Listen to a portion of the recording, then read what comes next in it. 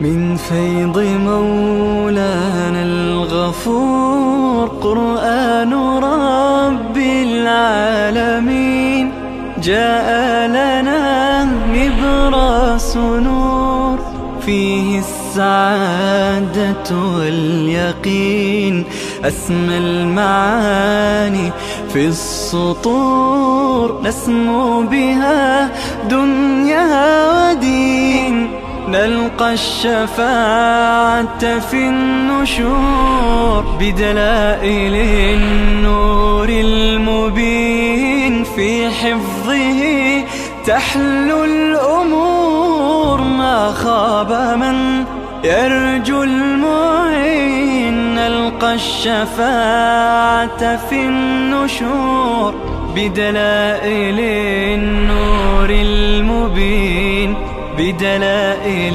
النور المبين.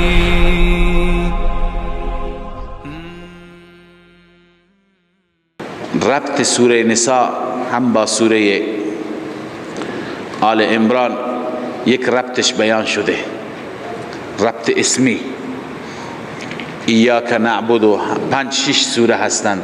ایاک نعبد و ایاک نستعین ولا نعبد البقرة كما فعل اليهود ولا نعبد آل عمران كما فعل النصارى ونؤدي حقوق النساء.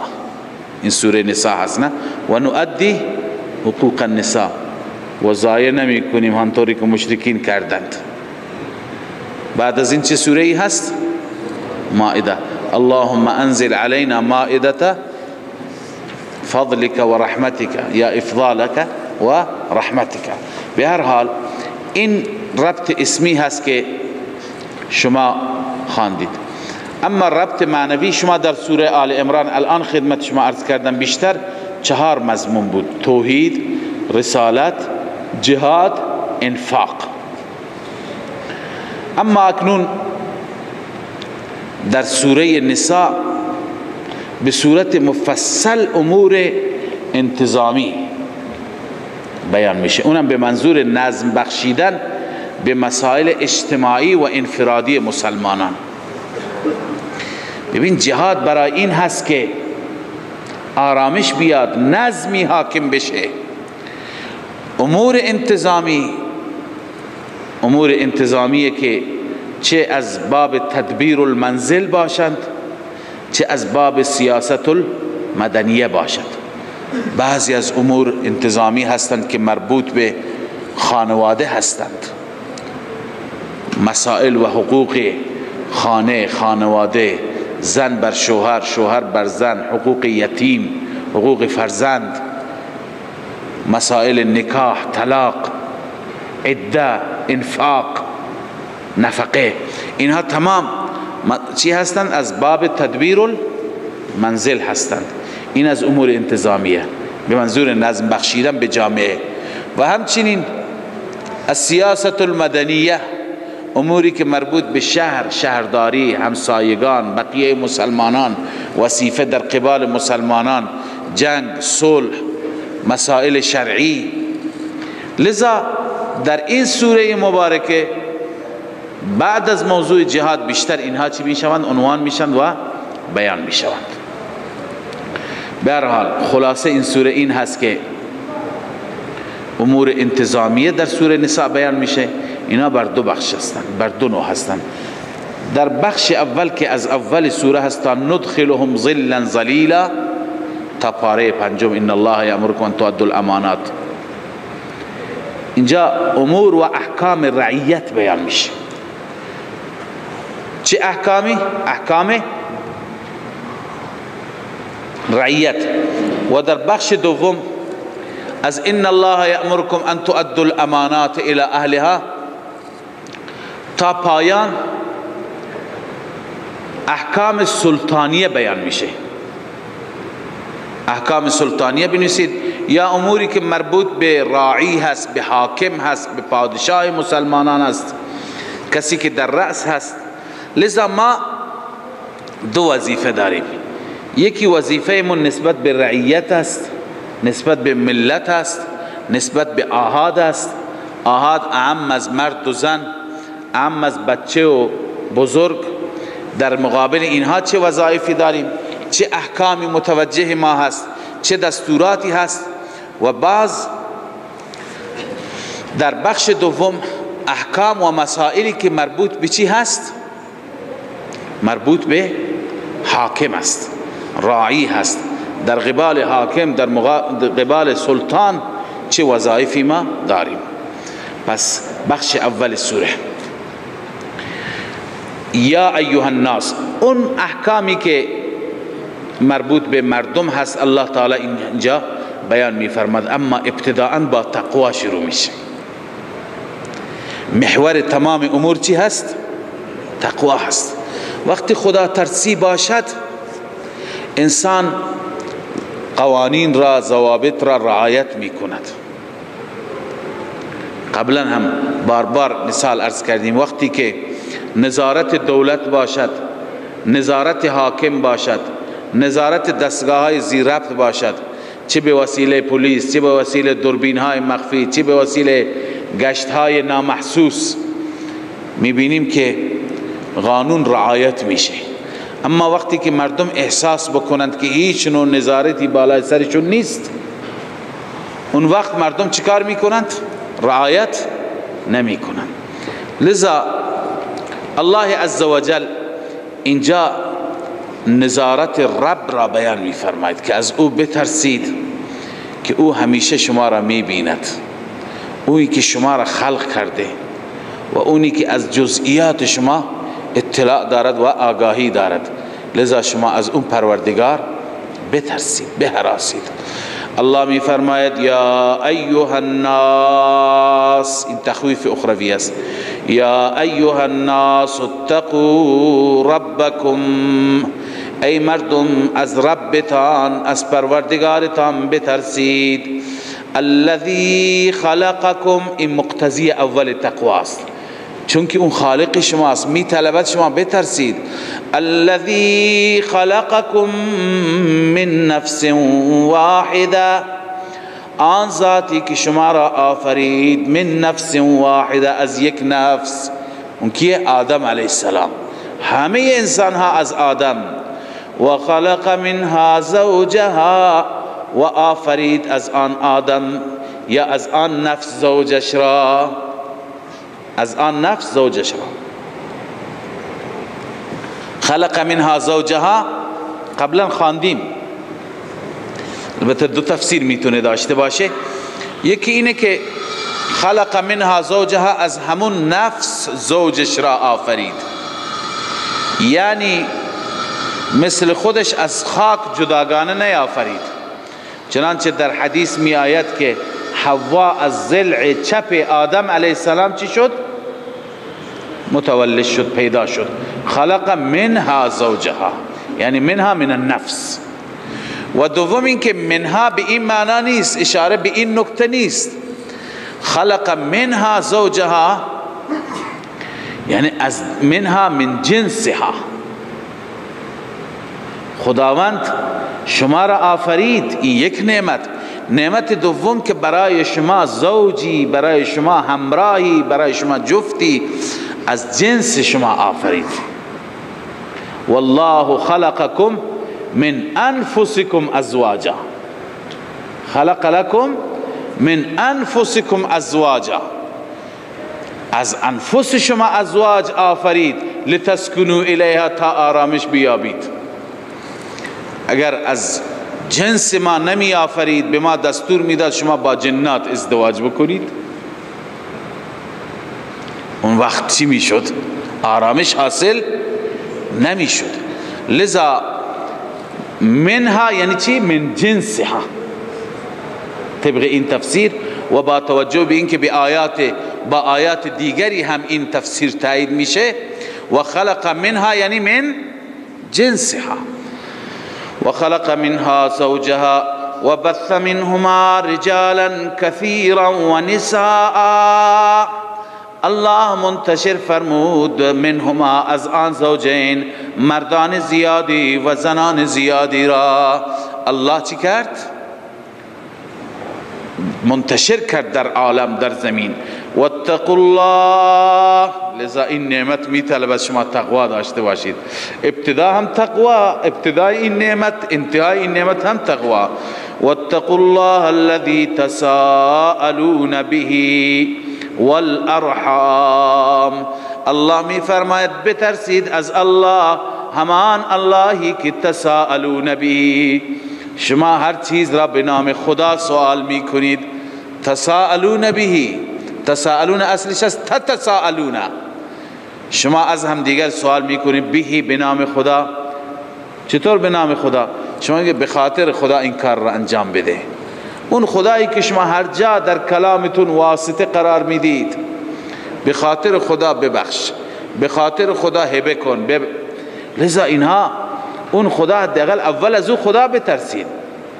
تساءلون تفسیر خازن نوشته و التساؤل بالله، تساؤل بالله این است هو كقولك اسألك بالله، اسألك بالله، به خاطر خدا، به نام خدا است تو میخوام.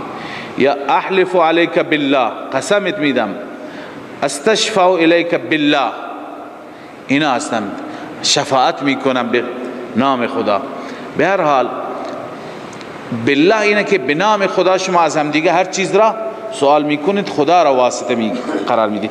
والارحام، والارحام یعنی اتقوا الارحام. منظور این است که شما از رحم هم بترسید. منظور صله رحمی هست که واتقوا الارحام، بترسید یعنی لا تقطعوها یا ان تقطعوها، بترسی از اینکه قطع رحم بکنید. شما صله رحمی داشته باشید، شما قطع رحم داشته نباشید. واتقوا الله الذي تساءلون به والارحام، اون اللهی که از همدیگر شما به نام خدا هر چی سوال میکنید. والارحام، و همچنین از قطع رحمی. این آیه یکی از آیاتی هست که بیشتر در خطبه نکاح خوانده میشه.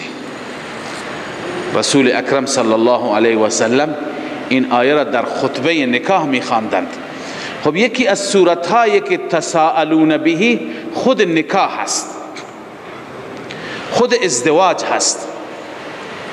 ببینید یک مرد و یک زن با هم بلا تشبیه رابطه میگیرن، یک رابطه نامشروع. اینها چون که از اون طریقی که الله گفته و نام الله در وسط نیست، اینها مورد نفرین مردم قرار میگیرند. هر کس اونها را نفرین میکند، به دست حاکم عادل بیفتند، اونها را به حدشون، به جزایشون میرساند.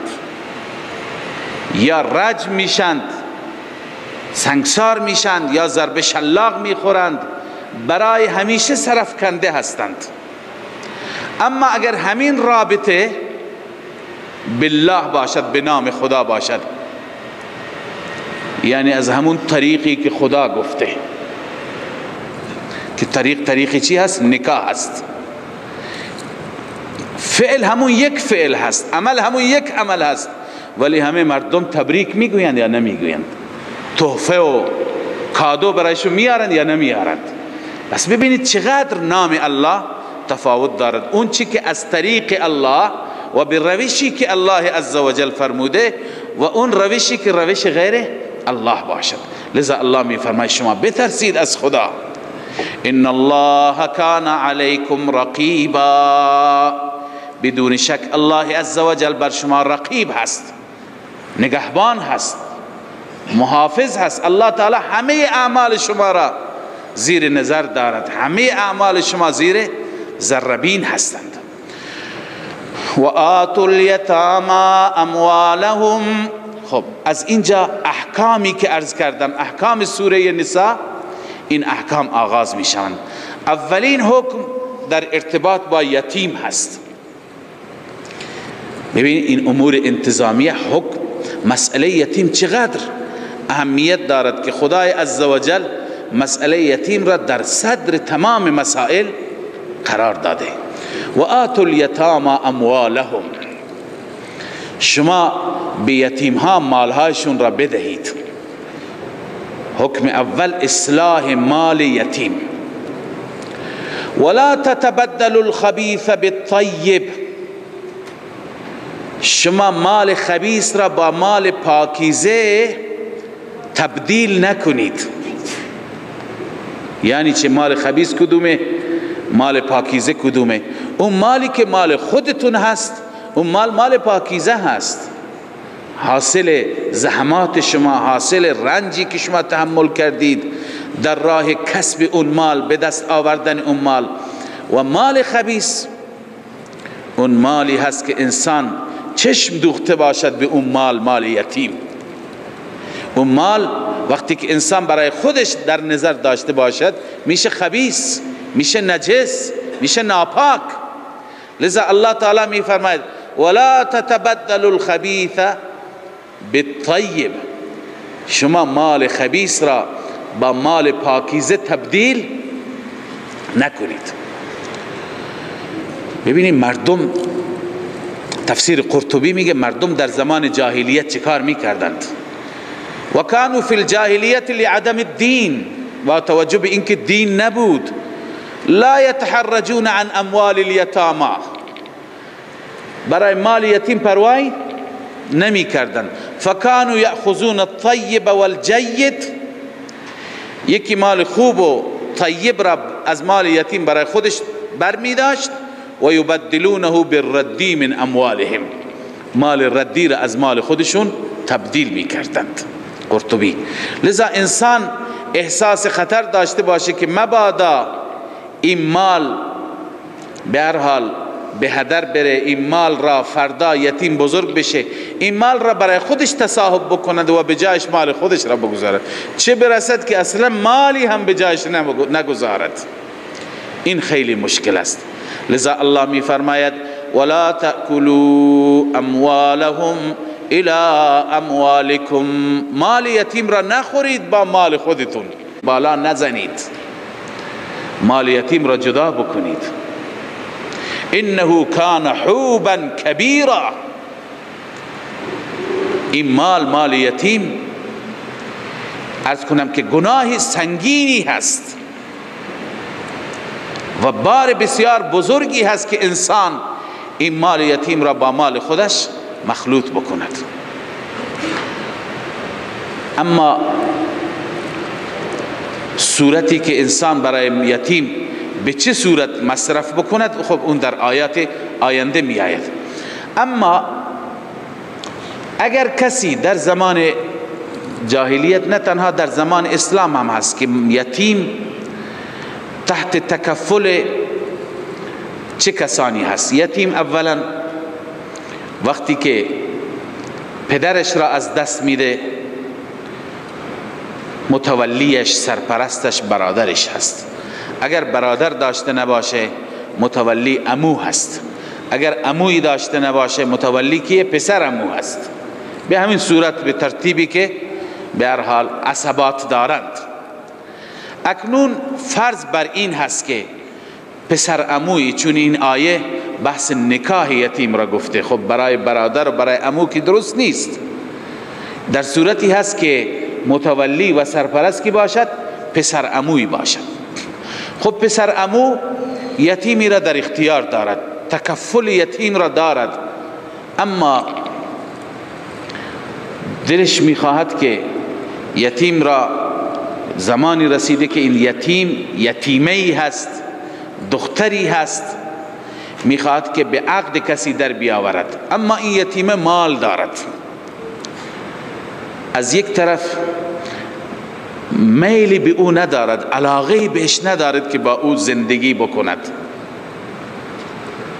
از یک طرف دیگه به خاطر مالش دلش میخواد که عقدش بکند. الله عزوجل میفرماید وقتی که شما این احساس خطر را دارید که نسبت به این یتیم شما نمیتوانید که قسط را، انصاف را، عدالت را شما رعایت بکنید، پس شما چیکار بکنید؟ یتیم را عقد نکنید، یتیم را به عقد کسی دیگه در بیارید غیر از یتیم. زنانی که شما علاقمند هستید به اونها، یک زن، دو زن تا 4 زن الله عزوجل اینجا اجازه فرموده. مثنا، دو تا و ثلاثه، 3 تا و رباع، 4 تا، یعنی تا 4 تا این مجوز هست. بعضی میگویند که چیه؟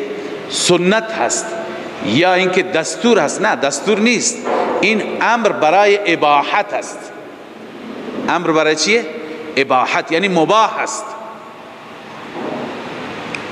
فان خفتم، اما اگر شما می ترسید که الا تعدلوا، شما عدالت را رعایت نمی کنید در حقوق زوجه، فواحدتا، پس یکی، ای فاختاروا واحدتا، یکی را انتخاب بکنید، یکی را اختیار بکنید. یا اگر همون یکی را میدانید که نمیتونید حقوقش را رعایت بکنید، بعضی هستن واقعا به همون یکی هم نمیرسند، اونم حقوقی دارد، به هر حال نفقه‌ای دارد، لباسی دارد، دوایی دارد، دارویی دارد، حقوق واجبی دارد. پس او ما ملکت ایمانکم، یا کنیزهایی که در اختیار شما هستند. در قدیم کنیز مملوک انسان بود، نه؟ و میدونید که انسان میتوانست کنیزی که در ملک انسان بود نیاز جنسیش را برآورده بکند. لذا منظور اینه که اگر اون یکی را هم نمیتوانید به او برسید، حقوق واجبش را ادا بکنید، پس اون یکی را هم عقد نکنید. ما ملکت ایمانکم را، ذالک ادنا الا تعولوا، این نزدیکتر هست به این که شما ظلم نکنید، شما جور نکنید، شما بی عدالتی و بی انصافی نکنید، بلکه شما حقوق را رعایت بکنید. اما حکم سوم، حکم اول بحث یتیم بود، حکم دوم اگر در رابطه با یتیم شما می ترسید که نمی توانید حق زوجیت و حق نکاح را رعایت بکنید، بغیر از یتیم شما زنان دیگری را عقد بکنید. اما در رابطه با تعدد نساء من میخواستم یک مطلبی خدمت شما عرض بکنم، تا همینجا کافی هست. بعد از انشاءالله زنگ تفریح حکم سوم را میخوانیم به صورت کوتاه. اون چی که در جامعه ما هست تعدد ازدواج، متاسفانه هم افراط هست و هم تفریط. تنها جامعه خودمون را نمیگم، کل جامعه اسلامی را میگم که در بعضی جوامع ازدواج مجدد، ازدواج دوم، ازدواج سوم معادل ظلم هست. کسی ازدواج دوم کرد یعنی بزرگترین ظلم را داره انجام میده. کسی ازدواج دوم را کرد یعنی بزرگترین خیانت را کرد. حتی در میان بعضی از علماء معاصر که هر کسی اقدام به ازدواج دوم میکند مورد مذمت، مورد نکوهش قرار میگیرد. و از طرفی در جوامع مثل جامعه خود ما که این رواج دارد، متاسفانه باز افراط دیگری انجام میگیرد که مردم ازدواج میکنند، ازدواجهای جدید و نسبت به ازدواجهای گذشته بی‌پروا هستند، از نظر حقوقشان، از نظر مخارجشان، از نظر بیتوتت، از نظر تمام مسائل زناشویی و حقوق زناشویی که بر انسان هست. ازدواج جدید که میکند، این مسائل باعث میشه که اون نوع ازدواج چی بشه؟ نفس ازدواج بدنام بشه. اگر این که بگیم اصلا ازدواج صورت نگیرد، این هم جایز نیست، این هم درست نیست، به دلیل اینکه به هر حال اولا جمعیت جامعه زنان طبیعی هست که بیشتر است نسبت به مردان. دوما الله تعالی به مرد توانایی داده، مدیریتی داده که این مدیریت میتواند چندین زن را چی بکند؟ مدیریت بکند. الله عزوجل فراستی داده، عقلی داده، تدبیری داده و میتواند متحمل هزینه ها باشد. و اگر این نباشد، در ابتدای اسلام ببین هم جهاد آسان بود، هم قربانی مالی در راه خدا آسان بود، هم قربانی جانی در راه خدا آسان بود. این به دلیل چی بود؟ که یکی اگر شهید میشد، دیگری با بیوه ازدواج میکرد، یتیمها را جمع میکرد، فرزنداش را جمع میکرد. ولی امروز خب در بعضی جوامع کسی که بیوه شد باید به قبر بره، دیگه راهی برایش وجود ندارد.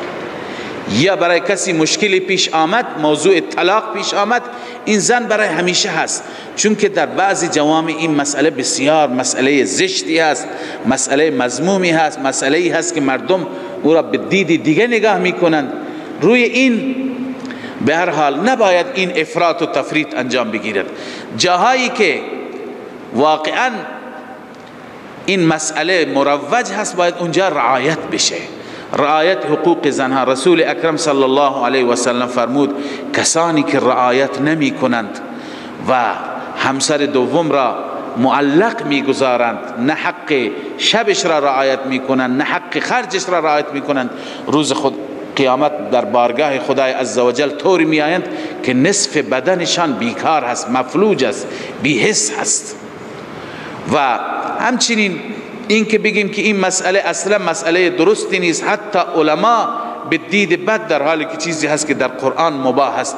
لذا باید این افراط و تفریط هر دو نباشد، همه جوانب رعایت بشه، هم حقوق رعایت بشه و هم عرض کنم که حقوق بقیه انسان ها رعایت بشه. وقتی که همه انسان ها رعایت بکنند این مسائل خود به خود حل است.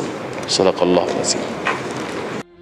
من فيض مولانا الغفور قرآن رب العالمين جاء لنا نبراس نور فيه السعادة واليقين أسمى المعاني في السطور نسمو بها دنيا ودين نلقى الشفاعة في النشور بدلائل النور المبين في حفظه تحلو الأمور ما خاب من يرجو المعين نلقى الشفاعة في النشور بدلائل النور المبين بدلائل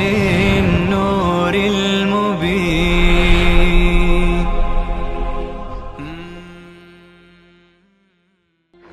من فيض مولانا الغفور قرآن رب العالمين جاء لنا نبراس نور فيه السعادة واليقين